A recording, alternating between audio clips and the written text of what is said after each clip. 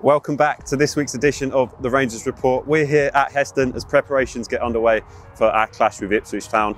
Me and Andy will go through Cardiff. We've got joined by Steve Cook, and we'll also reflect on Norwich as well as looking ahead to the Ipswich Town clash.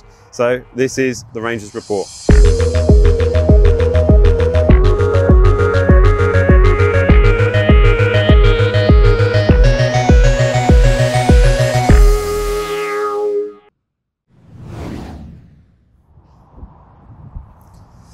Andy, the smile is back and we are looking a bit more positive this week, aren't we? Well, a lot better week, a fantastic response from the boys and Gareth and the staff to go to Cardiff. Thought we played really well for 70 minutes, then had to dig deep to get over the line. But no, it's amazing, the performance and the result, what it does for everyone, fans alike. So let's hope we can build on that. And the work here on the training pitches must have been in full flow last week, because we saw a big improvement from the performance at Watford, didn't we? Yeah, we spoke long and hard about it, and there was a lot said. Watford was really, really disappointing, but I keep saying to people, when you have days like that, you have to very quickly, you have to address it, you have to dissect it, then you have to very quickly move on and try and put it right. So must have been a lot of questions raised and asked here. There must have been a lot of work done on the training ground. I think that was a new formation. Obviously, someone like Steve Cook coming into the building was a big plus. So a new formation, different style of play, if you like. And as I say, credit where credit's due. I thought they were excellent last week. What did you make of the changes and the performance as a whole? It was a different style, wasn't it, and a different approach, as you mentioned? Well, again, Steve Cook coming in, I think played a part in that. He went straight in. You could see what he's going to bring to the team, to the club, on and off the pitch. Maybe the way the Watford game went, I'm saying on commentary, you've got to find some solutions when the opposition got the ball and when we've got the ball. And I think maybe the players and the staff came together and they spoke about a better way to get the best out of each and every one as individuals, so you get a better team performance. And that was clear for everyone to see down in South Wales. And it was a welcome home party, wasn't it, for Aaron Ramsey, and we sort of spoiled the party in the end. Always first game of the season, you never know what you're going to get. Decent atmosphere, Cardiff, new manager, new signings, Aaron Ramsey. They had started quite well. I thought they played well at Leeds. I saw the game. Got through in the cup in the midweek, so it was always going to be difficult for us. But I think from the very first whistle, I thought we took the initiative for the game. We got up the pitch.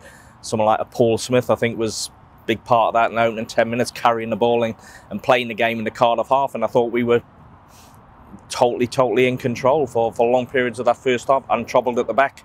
So yeah, it was good.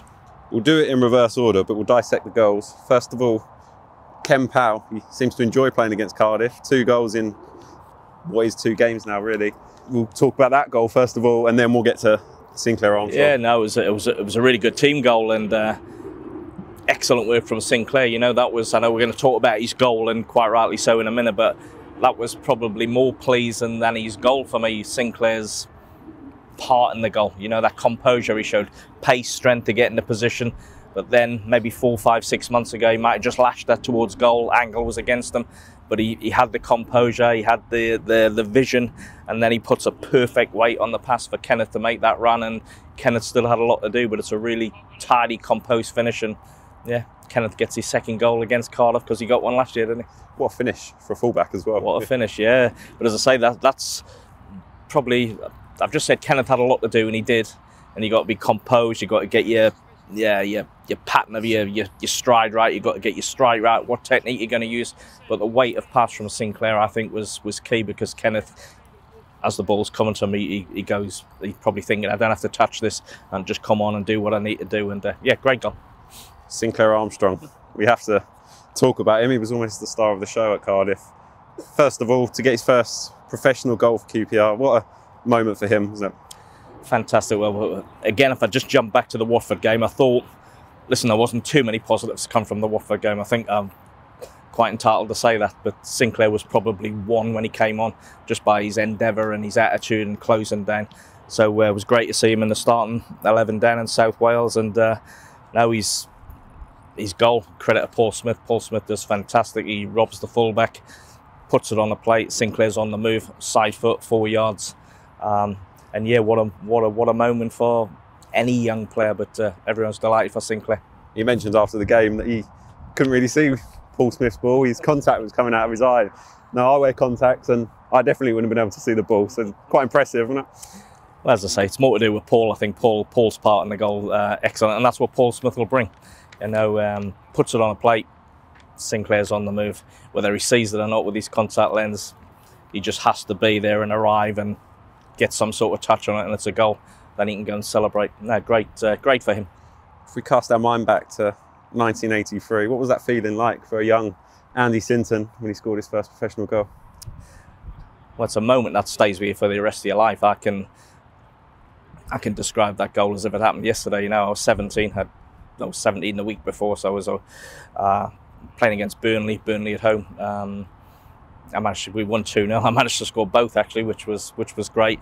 But yeah, I remember them both, but the first goal, edge of the box, sort of chipped the keeper. I didn't actually see it go in, to be honest, but knew it was in by the crowd. Then the second goal, as I say, hit on a bouncing ball, edge of the box. So yeah, there were two nice goals, but you always remember that, and Sinclair will remember that. He'll tell his kids, tell his grandkids about his first goal at Cardiff, be able to describe it, and just a wonderful moment for any young player. And your first QPR goal, it came at Loftus Road not long after you just signed. Scoring in front of the QPR fans must be a special feeling as well. Still remember that as if it was yesterday, signed on the Thursday, played at Sheffield Wednesday on the Saturday. We won 2-0. We were back on the Monday against Aston Villa. Sun was out. We needed to win. And yeah, I can still see the goal. I can still picture. I often look at Loftus Road when I'm there, and I can almost see the spot that I made the contact. Wasn't the greatest strike in the world, but it did enough to go in, and more pleasing it was the winning goal. But what a way to announce yourself to QPR fans at the Loft, go and celebrate. And as I say, for any young player, me, Sinclair, or any of the young kids who are coming through in football, it's a really special moment that they should savour. And what are the experienced heads in the dressing room saying to yourself at that moment, or to Sinclair now? What are they saying to him? Enjoy the moment, but you've got a game coming next week. 100%. I know what experienced players said to me. I certainly remember one where we beat Arsenal in the Cup. It wasn't a goal on debut. I scored against Arsenal. It probably won. Well, I did win the game, so it was the last minute. I celebrated in the Loft, and I was seemed to be in quite big of a hurry to jog back to the halfway line. Ray Wilkins had come and grabbed me, and he said something like, let's just savour this moment, because these moments you can treasure. They'll stay with you, and that always stayed with me, from someone as great as Ray. So the experienced players, everyone, fans, behind the scenes, academy, players, the staff, all delighted for Sinclair. Let's hope that's the first of many. But I'll temper that by saying, enjoy your Saturday night, especially if it was part of a winning performance as well. That makes it even better. But come Monday morning, back to work. Let's keep getting yourself in those positions, and let's see if we can get a few more from you. We saw the celebrations at full time. I was privileged enough to sort of not share that moment with Sinclair, but I was there filming him, and I'm big myself up here. I thought I got some great footage of him celebrating with the QPR fans. But, go on, Simon. But it was a special moment for him. Hairs were on the back of my neck. So how was Sinclair must have been feeling getting that appreciation? Absolutely fine, and the fact you can go and celebrate with your fans, and what makes it special is we won the game. It wouldn't have been anywhere near the same if we had lost 2-1 or whatever. Yeah, you get your first goal, but you're on a losing team. So I think the crowd, our fans, home and away, have been willing Sinclair to get that first goal. So that's come now. You see the scenes, you see the impact it had on everyone. And as I say, let's hope that's the first of many and many, many, many more celebrations. Not only Sinclair, but the team can enjoy with the fans. And it was a senior debut for his QPR debut for Steve Cook, who had arrived the week prior to that after the Watford game. What did you make of his first appearance? Excellent. Delighted when I saw we had signed Steve, or were chasing Steve. There was a lot of sort of noise that we were looking to get him. So I was hoping we would. What does Steve Cook bring to the team? Everything you saw from the get-go. I saw even before we kicked off, he was going around a few players, he was organising, he was almost telling people where he wanted them. You know, that leadership quality, that experience. You know, he's had a fantastic career. He's been part of successful teams. He'll have seen young players come into the team and know what they need and want, and so he'll bring all that. I heard what he said to the players before the game. That was his first game, but he said our season starts now. And yeah, I don't think his part in the performance can be underestimated. So a really good start for Steve. We're delighted to have him, and hopefully he and the rest of the players can use that now as a springboard to go from strength to strength. That sets us up perfectly. We'll catch up with Steve Cook in a minute, just after training is finished and preparations for Ipswich get underway. So training's just finished and we're joined by defender Steve Cook. Steve, thanks for joining us. No problem, anytime. First of all, how's your first week been here at QPR? Yeah, really good. Really enjoyed it. Obviously the winning on Saturday helps, and a good performance last night. And hopefully we make it a really good week on Saturday. And what have you sort of added to the team? We know the experience you've got, but when you came in straight away at Cardiff, what did you sort of say to the lads? Just to kind of move on from the following week, you know. The Championship's a really tough league. It's how you bounce back to losses and then getting used to winning, kind of having that culture in the dressing room where we were desperate to win, desperate to do anything for the points. And you know, the lads helped me out a lot as well, because obviously my match fitness isn't fantastic, but you know, I think the fans saw a performance where we were willing to give everything, and we come out with the 3 points. And I think last night, similar, the lads give everything. They was on the floor at the end of the end of the game, and I think it was a harsh way to kind of lose the game. But everyone done themselves proud, and you know, for the academy lads as well, making their debuts, I think it was overall a positive night. Steve, for me, first of all, welcome to the club. Brilliant career, very successful. You know, part of that Bournemouth story that was, you know, really, really good. Been in a week, as Simon said. What are you seeing from the dressing room? What are you seeing from the squad? Because obviously, going to play a massive part on the pitch. But I think from your experience, from your career, you can play a massive part off the pitch as well. Yeah, I'm seeing actually a really good group, a group of lads that are very talented and are willing to kind of the criticism that's swirling around outside the club is natural. That's football. That's the nature of the beast. But in here, we're so desperate to do well for the club. I'm seeing lads that that have been here for a long time. They know what it takes, and I think it's just getting that confidence back in the group. Have you got any of the younger boys coming up to you week in? Are they saying, Cookie, what are you seeing, or do you think that's to come? I've had a lot of chats with the lads. I thought, we can't waste a day here. Obviously, being a new signing, sometimes you can take a few weeks to get involved, but we haven't got time to waste. So I throw myself in the deep end and try and make relationships in amongst the change room and try and shake off that negativity around the club and really look forward now. Demand from each other, on the training ground. That's where it starts, isn't it? It's not just about a match day. Standards every day. How you come in, how you prepare, how you train, how you talk to each other, all of that. 100%. And I think with the gaffer in charge, that was the type of player he was, obviously, and he's taken that into his management style as well. And it's going to be a culture change here. It takes time. Last year's gone, this year's upon us, and let's be positive. We got a really good kind of foundation now to build off. It's going to be a great atmosphere Saturday, and now we need the fans kind of coming with us. It's going to be hopefully a positive season, and let's see where it takes us. It was great, a great bounce back after the Watford game down at Cardiff. You coming into the team, legs must have been a bit tired towards the end of the game, but you and the group can use that as a foundation to build on and progress. Yeah, definitely. Obviously, personally, it was my first game in a long time.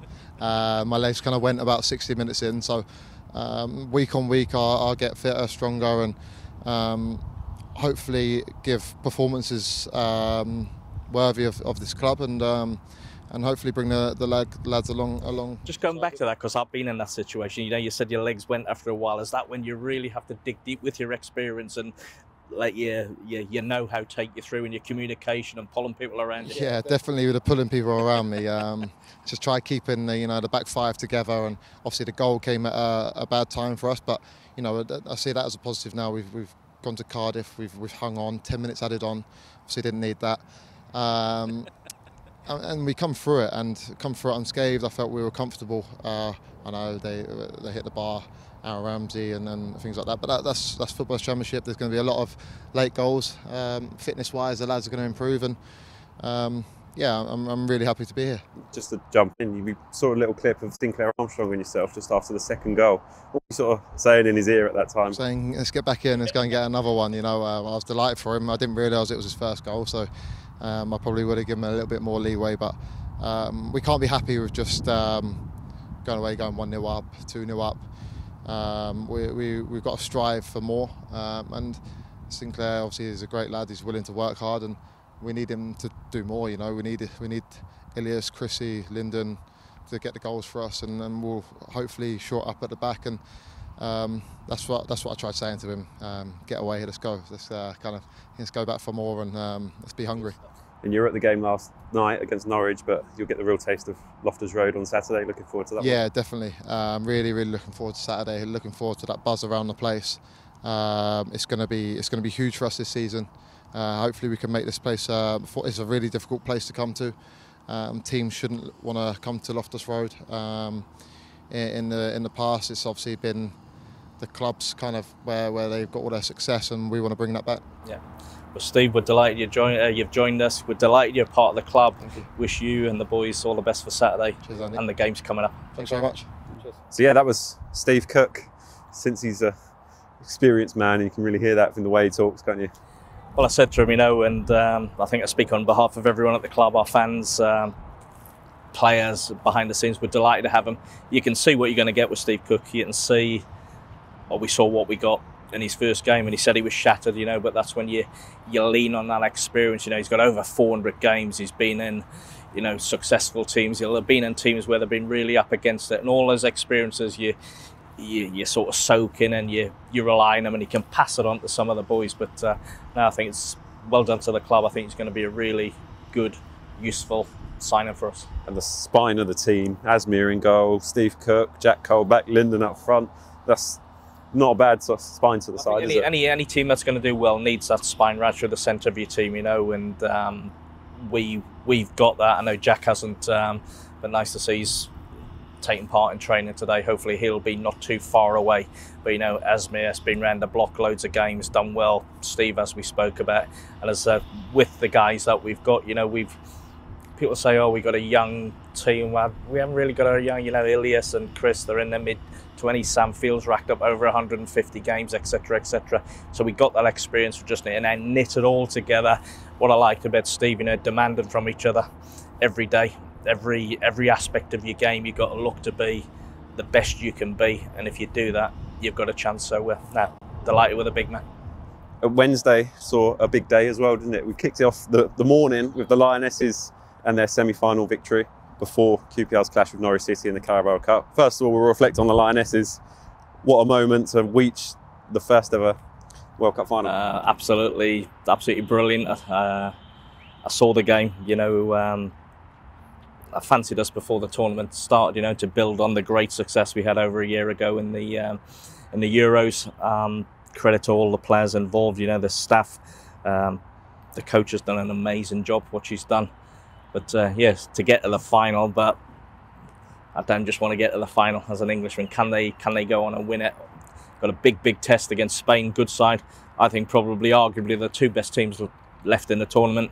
Spain, as you would imagine, the way we used to see Spain teams play, look to dominate possession. So it might be a different challenge for the Lionesses, but one I think they can overcome, and fingers crossed, and I'll certainly be roaring them on from my sofa on Sunday morning. Can you take confidence? We beat them in the Euros last summer.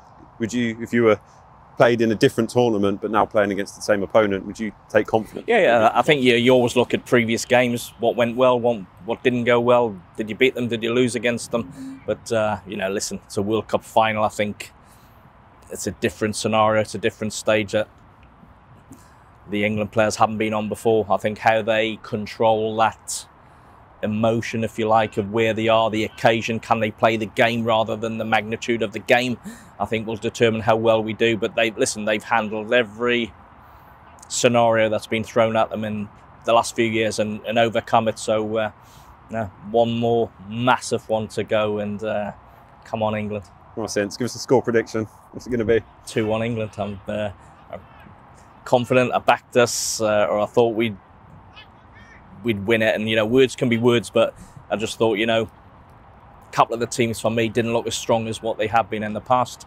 They went out, and but let's not underestimate what they did on Wednesday to play the home nation in their backyard. 70,000 people, the majority shouting for Australia, rightly so, for them to come through that little sticky patch in the second half when they got pegged back. Absolutely brilliant win. Come on, go one more. That kicked off a busy day for us personally anyway at Loftus Road, because then it was followed by the Carabao Cup clash with Norwich City. Ultimately ended in disappointment, but there was a few positives, the debuts of Alex Aurora and Ryan Coley being one of them at the forefront of everyone's mind, wasn't it? Yeah, I think it was quite a big night for the club in one respect, that, you know, you got 6 academy boys playing. The result went against us. I think the manner of the result, conceding basically with the last kick or the last header of the game, left everyone feeling really, really flat. But I thought the young boys acquitted themselves well. So yeah, something to build on. But we very quickly, we lost the game. We're out of the cup. We turn our attention, and the boys are out there today, ready for a big one on Saturday, which I'm really looking forward to. So before we look at Saturday and the clash with Ipswich Town, it's a big day before that with the opening of the Legends of the Loft and the newly named Forever Ours Bar, and something you played a big part in, isn't it, Andy? I played a part, you know, other people at the club have played just a bigger part in many senses. Some have played more, you know, but Legends of the Loft, that was after consultation with our fans after the naming of the Stanley Bowl stand. Lots of fans were very keen that other greats of the club were represented in some capacity. So the club listened, and we've done something about that. We put it out to the fans' vote. So this is what the fans voted. We asked fans to vote for their top 5 across generations, which the club then compiled of 10, which forms the 10 Legends of the Loft. And all the guys who are in that are worthy of that accolade and served the club brilliantly. And yeah, it's another big day for the club. Delighted that, you know, Jerry Francis, someone I've got a lot to thank in my career for, came out on top, and he's going to join us on Saturday to formally open the Legends of the Loft. So always love to speak to Jerry, always love to see him, and Saturday is another one that I look forward to seeing him. We caught up with supporters ahead of the game with Norwich on Wednesday, and we asked them who their Legends of the Loft was. We are here ahead of the opening of the Legends of the Loft bar outside Loftus Road, hoping to find QPR supporters a Legend of the Loft. Let's go and do it. There's a group of people here that are going to give us. Hiya, who is your Legend of the Loft here at QPR? Ooh, probably Adele. That's Yeah. right. It's a good choice. Owns the streets, the best. Moving on. God, who's your Legend of the Loft? Tamrabat. Man, rock and go. Yeah. Go on, there's a queue. Everyone, come on. What's the Legends question? of the Loft. All-time QPR The favourite Loft. Jordan Archer. Gotta love a bit of Jordan, ain't you?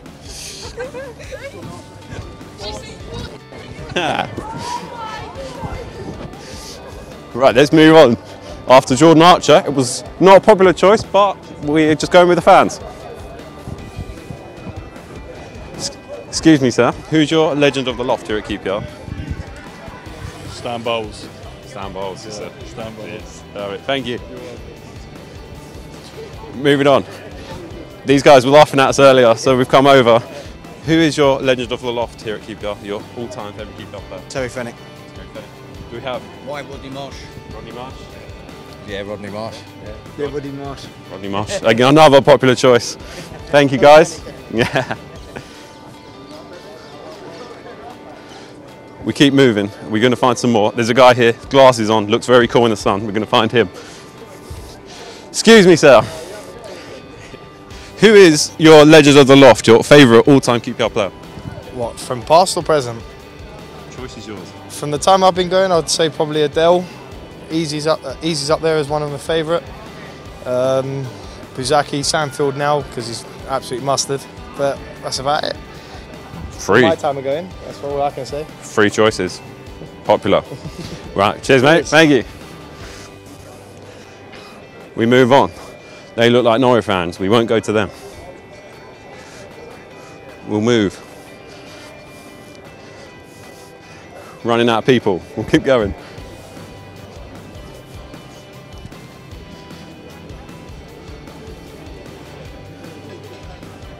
Excuse me, sir. Who's your legend of the loft here at QPR? Kevin Gallen. Kevin Gallen. Kevin Gallen. Do you have a favourite QPR Armstrong. Sinclair Armstrong. Madam, do you want to? Armstrong. Sinclair Armstrong, popular after Saturday, of course. Thank you. We'll keep going. We head towards the club shop where hopefully a Sinclair Armstrong shirt will be bought today. Excuse me, lads. Who's your favourite ever QPR player? French. We are French, we don't know the... No worries. Thank you. Maybe we won't. Chris Ramsey. We are asking fans who their legend of the loft is. Who's your favourite all-time QPR player? Well, Les. Obviously. Les Yeah. first. Stan Bowles. Yep. Anyone else? Tarat, That's right. That's been a popular choice today. but based on his ability. And I'd have to say Ebbs, Ilias. Solid It's choice. a solid You choice. would want that five-a-side too. You'd want that. But I tell you what, he was a good player. Dave Thomas. Another one. Love it. Thank you. Excuse me, lads. Can we ask who your favourite ever QPR player is? Stan Bowles. Sam Bowles. Haven't been here for long. Elias Chair. Yeah. I think Armstrong's going to do quite well. Another popular choice today. Love it. Cheers, guys. Cheers.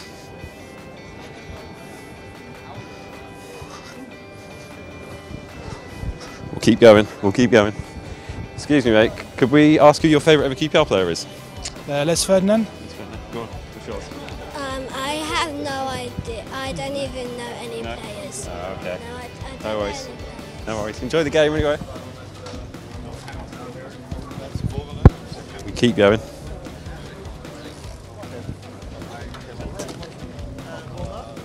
Excuse me. Could we ask who your favourite ever QPR player is? Alan McDonald. Alan McDonald. Good choice. Favourite QPR player? At the moment, who's your favourite QPR player? Eze. You got one? No? No worries. Thank you. Enjoy the game. Ooh, there's people everywhere. Who are we asking? Are we going again? We'll go. Excuse me. Who's your favourite ever QPR player? I'm just a stupid tourist. I don't know nothing about QPR. No. Never mind. Thank you.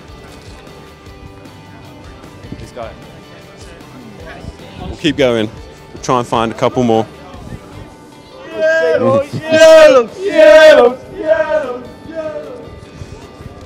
One guess, I reckon they were Norwich fans.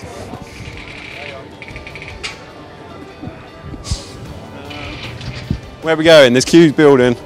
Feel like they want to get into the game. The anticipation ahead of our clash here with Norwich City is growing.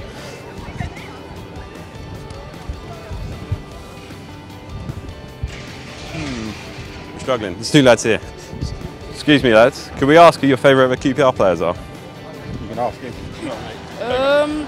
Probably in recent times Chris Willock. Yeah. Uh, Solid choice. yeah, all time probably Trevor Sinclair. Another good choice. Thanks, mate.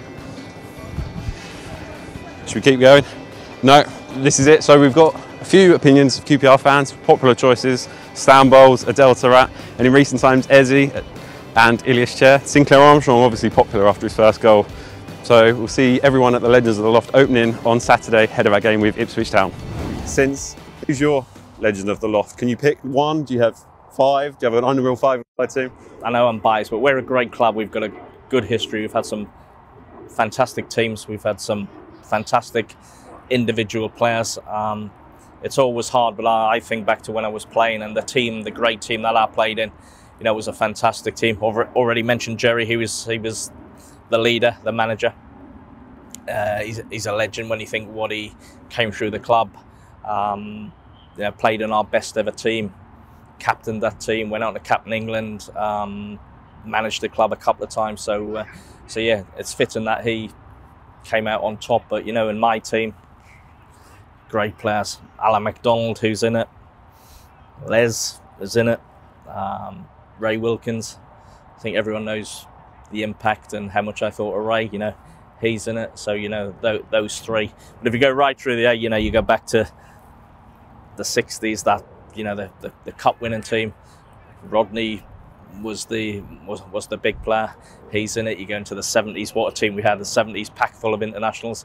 Now you got Jerry, you got Dave Thomas, you got Phil Parks in it, and you keep going. You know, Kevin Gallen came through the system, scored stacks of goals. Great player, great striker. Then you're into the more recent times where you've got Adele and Clint Hill, you know, who played their part massively. Speak to people about Adele, what a player.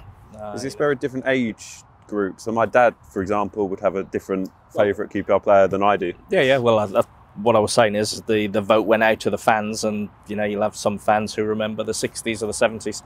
You'll have some younger fans who'll only remember 2010 onwards, sort of thing. You know, so it's age sort of specific, but it's right across the board, and the fans have voted for it. And now, as I said, all those players are worthy of that recognition. And you know, you mentioned the Forever Ours bar. Oh, that's the blue and white bar's been renamed Forever Ours, as a huge success of the club over years, where we get back in touch with our former players, and the naming of the Forever Ours bar just makes sure that, again, that it just cements what we're doing for our former players who've served this club absolutely brilliantly. The Forever Ours is different to the Legends of the Loft. Legends of the Loft is more select. The Forever Ours is a bit more wider, and we're very proud as a club of what we've done. And Saturday's another big day for that. I did vote for Mark Bircham. He hasn't made the top 10. My 5-year-old self is very upset at that. But yeah, it's a great initiative, isn't it? And something that we're very proud of working. Very proud as a club, and Forever Ours, you know, goes from strength to strength, and long may that continue, because we've made big strides. It's back right from the top of the club, the owners all the way through, and yeah, I see the impact it makes to players of all ages, you know, managers, coaches, and just as importantly, their families when they come back to Loftus Road and they get the reception from our fans. And I have to say, it's only been really successful because of the support we get from our fans. So to all the fans, you know, thanks. It really means a lot. And let's see it go from strength to strength. That'll kick off what will be a busy Saturday as preparations, as we're seeing here, get underway for the clash with Ipswich Town. And they head to Loftus Road with quite an impressive record already, don't they? Yeah, good test. You know, you asked before the season predictions and who could be a dark horse to upset a few. And I said Ipswich, you know, they go into obviously promoted, finished second last year. I think they finished last season 17 unbeaten. They're unbeaten this season, won the opening 2 league games. Got a fantastic young coach in Kieran McKenna. So yeah, they're riding the crest of a wave. It'll be a tough game. They've got some good players.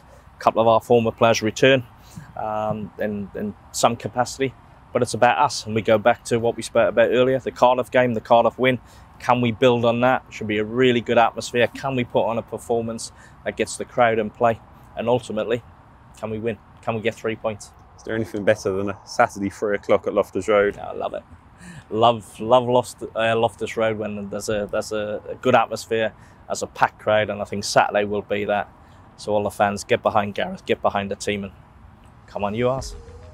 I think that's the perfect way to wrap up. Thanks to Andy as always, and to Steve Cook for joining us. This has been the Rangers Report, and come on, you ask.